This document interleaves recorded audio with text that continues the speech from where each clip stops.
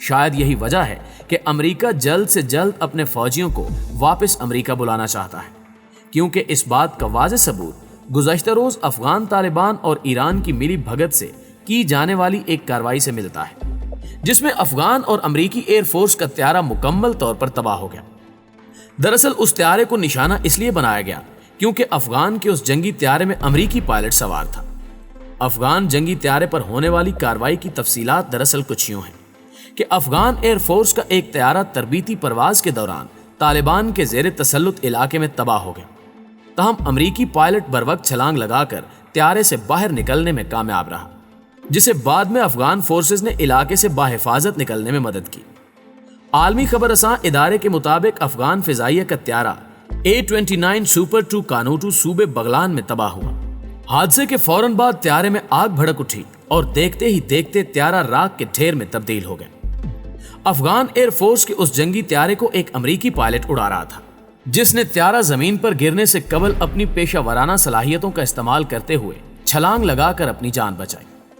امریکی فوج کے ترجمان کی جانب سے معاملے کو دبانے کے لیے جاری بیان میں کہا گیا کہ یہ طیارہ امریکی فضائیہ کا ایک زیر تربیت پائلٹ اڑا رہا تھا، تاہم پائلٹ پیراشوٹ کی مدد سے بروقت طیارے سے چھلانگ لگانے میں کامیاب رہا۔ حادثے کے بعد امریکی لڑاکا طیارے فوری طور پر جائے حادثہ پر پہنچے اور پائلٹ کو بحفاظت اسپتال منتقل کیا گیا۔ ناظرین گرامی، افغان حکام کا طیارہ حادثے میں دہشت گردی کے عنصر کو یکسر مسترد کرتے ہوئے کہنا تھا کہ ابتدائی تفتیش کے مطابق طیارے کو حادثہ مکینیکل خرابی کے باعث پیش آیا، تاہم حادثے کی تفتیش کے لیے ایک انکوائری کمیٹی تشکیل دی گئی ہے، مگر تعجب کی بات یہ ہے کہ پائلٹ کی شناخت کو ابھی تک ظاہر نہیں کیا گیا۔ مگر یہ بات بھی درست ہے کہ اس علاقے کو طالبان کا گڑھ سمجھا جاتا ہے، مگر ابھی تک طالبان کی جانب سے طیارہ حادثے سے متعلق کوئی دعویٰ سامنے نہیں آیا۔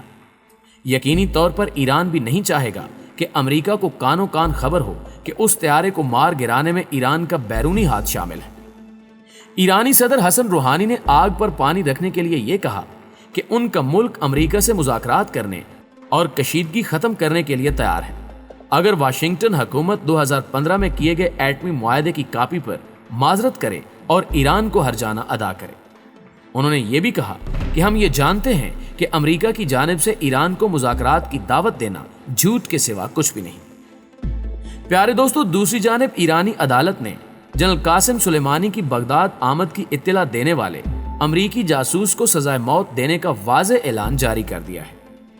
ایرانی میڈیا کے مطابق مقامی عدالت نے امریکی خفیہ ایجنسی CIA اور اسرائیلی خفیہ ادارے موساد کو پاسداران انقلاب کی سب سے اہم اور طاقتور قدس فورس کے کمانڈر جنرل قاسم سلیمانی کی آمد و رفت کی اطلاع دینے کے الزام میں محمود موسوی مجد نامی شخص کو سزائے موت سنا دی ہے، جس کے بعد امریکہ سمیت اسرائیل کی بھی سٹی گم ہو چکی ہے۔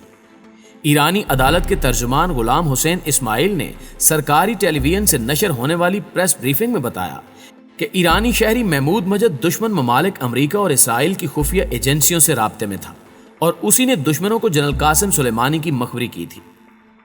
ناظرین گرامی، گزشتہ دنوں پراسرار حملے کا شکار ہونے والے امریکی بحری جہاز کے بارے میں بھی رونگٹے کھڑے کر دینے والے انکشافات سامنے آئے ہیں۔ ان انکشافات کے مطابق امریکہ کی ریاست کیلیفورنیا کے شہر سان ڈیاگو کی بندرگاہ پر لنگر انداز امریکی بحریہ کے جنگی جہاز بون ہوم ریچرڈ پر لگی آگ پر قابو پانے کی کوششیں ابھی تک جاری ہیں، جبکہ آگ کے شعلے مسلسل بلند ہو رہے ہیں۔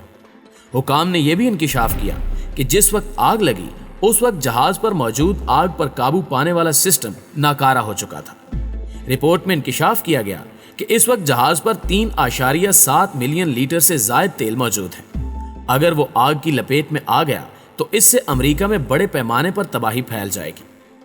ایک اور خبر کے مطابق وارشب ایک جانب جھکنا شروع ہو چکا ہے، جس سے صورتحال مزید تشویشناک ہو چکی ہے۔ AP نیوز کے مطابق نیوی کے سینکڑوں اہلکار اس کوشش میں مصروف ہیں کہ کسی طرح آگ کو اسپیشل تک پہنچنے سے روکا جائے۔ امریکی کوسٹ گارڈ نے تیل کی صفائی کے لیے خصوصی عملہ بھی تعینات کر دیا ہے، جو کسی بھی قسم کی لیکیج ہونے کی صورت میں اس پر قابو پانے کا کام کرے گا۔ اس حملے کی وجہ سے ایک نوٹیکل میل تک امریکی بحری جہازوں اور کشتیوں کا سفر ختم کر دیا گیا ہے، جبکہ بحری جہاز کے اوپر سے ایئر ٹریفک کو بھی گزرنے سے روک دیا گیا ہے۔ بہرحال دفاعی اداروں کا کہنا ہے کہ امریکہ اور ایران کے درمیان جنگ چھڑنے کے امکانات انتہائی کم ہیں۔ کیونکہ امریکہ میں انتخابات ہونے والے ہیں، اس لیے ٹرمپ کبھی نہیں چاہے گا کہ امریکہ کسی بھی ملک کے خلاف جنگ میں کود پڑے۔ ناظرین گرامی، آج کی ویڈیو میں اتنا ہی۔ ویڈیو اچھی لگے تو اسے لائک کرتے ہوئے اپنے دیگر دوستوں کے ساتھ بھی شیئر ضرور کیجیے گا۔ جلدی حاضر ہوتے ہیں کچھ نئی اپڈیٹس کے ساتھ، تب تک اپنا اور اپنے پیاروں کا ڈھیر سارا خیال رکھیے۔ اللہ نگہبان۔